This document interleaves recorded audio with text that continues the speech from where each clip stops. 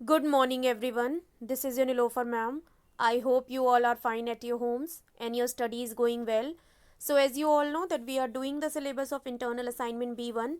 Our subject is SST, and in SST we are doing history. So, as you all have seen that yesterday we have started our chapter 8, and the topic of the chapter is Ashoka, the king who gave up war. Yesterday I have provided you two YouTube links through which you all have understood the whole chapter, and we have done worksheet 9 in which I have explained you the exercises and keywords related to chapter 8. So in today's video I will explain you worksheet 10, which will be the last video of this internal assignment B1 syllabus of history. Today we are completing the syllabus of SST. So before starting the work, what you all have to do, you all have to mention today's date in your copies, that is 21 November 2020. With this you will mention online classwork in your copies, and with this you will mention chapter 8 in your copies. Chapter name is not mandatory to mention, as you all have already mentioned in your copies when yesterday you have started the chapter. So now let's get started. I will explain you the question answer. So first question is, what were the problems that Ashoka wanted to solve by introducing धम्मा? कौन सी ऐसी परेशानियां थी जिनको Ashoka solve करना चाहते थे धम्मा को introduce करके?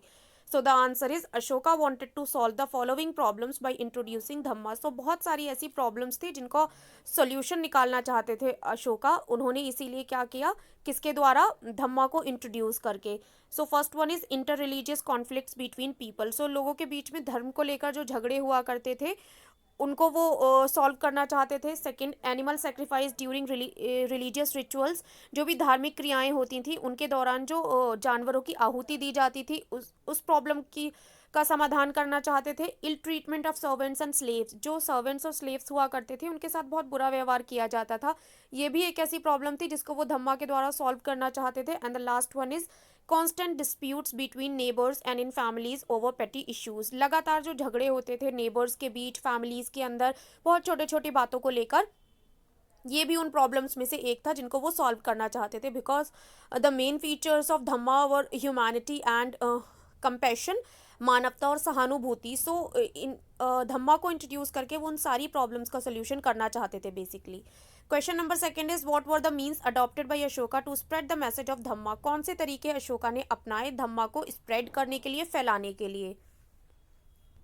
So the answer is the means adopted by Ashoka to spread the message of dhamma were. So Ashoka ने जो तरीके अपनाए थे धम्मा को स्प्रेड करने के लिए वो थे, he appointed officials called dhamma mahamatta to explain and spread the message of dhamma to different places. Ashoka ने क्या किया, ऑफिशियल्स मीन्स राजकीय अधिकारी जो थे उनको नियुक्त किया, विच वर कॉल्ड धम्मा महामत्ता, जिनको धम्मा महामत्ता बोला जाता था, ताकि वो दूसरी जगहों पर जाएं और धम्मा के मैसेज को एक्सप्लेन करें और फैलाएं लोगों तक. Second one is, he had his message inscribed on rocks and pillars and officials were directed to read out these messages to those who could not read.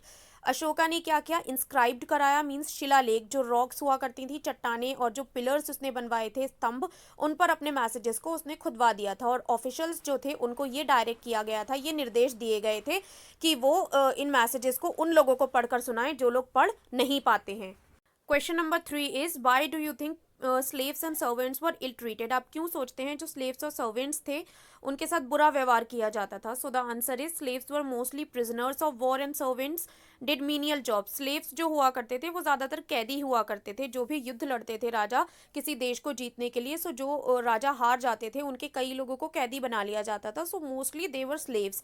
And जो सर्वेंट्स हुआ करते थे they did menial jobs, menial jobs. Menial jobs means बहुत तुच्छ जो job मानी जाती थी वो किया करते थे. I think they were ill treated by people because of their poor conditions. मुझे लगता है कि वो इसलिए उनके साथ बुरा व्यवहार किया जाता था क्योंकि उनकी कंडीशंस बहुत ज़्यादा पुअर थी. Question number 4 is, why had the king have special servants to test the food? राजा के स्पेशल सर्वेंट्स क्यों हुआ करते थे जो उनसे पहले टेस्ट करते थे फूड को? So the answer is, the king was afraid that someone may try to kill him. राजा को इस बात का डर था कि कोई व्यक्ति उन्हें मारने की कोशिश कर सकता था. So he had special servants who tested the food before he ate. तो राजा के कुछ ऐसे स्पेशल सर्वेंट्स हुआ करते थे तो जो राजा के खाने से पहले ही फूड को पहले टेस्ट करते थे, that everything is okay. Question number 5 is, identify the parts of Ashoka's message that you think are relevant today. Ashoka के मैसेज के उन पार्ट्स को आइडेंटिफाई करना है जो आपको लगता है कि आज की जो लर्निंग्स हैं उनसे जुड़े हुए हैं. The following points of Ashoka's message are still relevant today. जो ये पार्ट्स दिए गए हैं अशोका के मैसेज के, ये आज की सिचुएशन से काफ़ी जुड़े हुए हैं, मिलते जुलते हैं। First one is respecting the elders, बड़ों का सम्मान करना। Second, treating all creatures with compassion, जितने भी प्राणी हैं उन सभी को सहानुभूति के साथ ट्रीट करना। And the third one is respecting all religion, सारे ही रिलीजन्स का रिस्पेक्ट करना। सो ये जो लर्निंग्स हैं अशोका के मैसेज की, ये आज की लर्निंग से भी काफ़ी रेलिवेंट हैं, मिलती जुलती हैं। Question number 6 is write a short note on dhamma. Dhamma पर आपको एक शॉर्ट नोट लिखना है। So the answer is dhamma is a Prakrit word for the Sanskrit term dharma. So धम्मा जो है वो एक प्रकृत वर्ड है जो संस्कृत टर्म है धर्मा, उसके लिए यूज किया जाता है। Ashoka's dhamma did not involve worship of god और performance of a sacrifice. Ashoka का जो धम्मा था वो इन्वॉल्व नहीं करता था, उसमें किसी भी गॉड की वर्शिप शामिल नहीं थी, किसी भी प्रकार की सेक्रीफाइस शामिल नहीं था। Humanity and non violence were the features of dhamma. So जो मेन फीचर्स थे अशोका के धम्मा के वो थे ह्यूमैनिटी मीन्स मानवता, नॉन वायलेंस यानी अहिंसा मीन्स किसी भी जीव जंतु को ना मारना और हमेशा मानवता के रास्ते पर चलना। So these were the question answers related to chapter 8. Today we have completed the syllabus of SST as I have already informed you. I hope everything is clear to all of you. If still any confusion is there, so you can ask me on the WhatsApp also. So I'll meet you in the another explanation video. Till that, keep learning, stay home, stay safe. Bye bye everyone.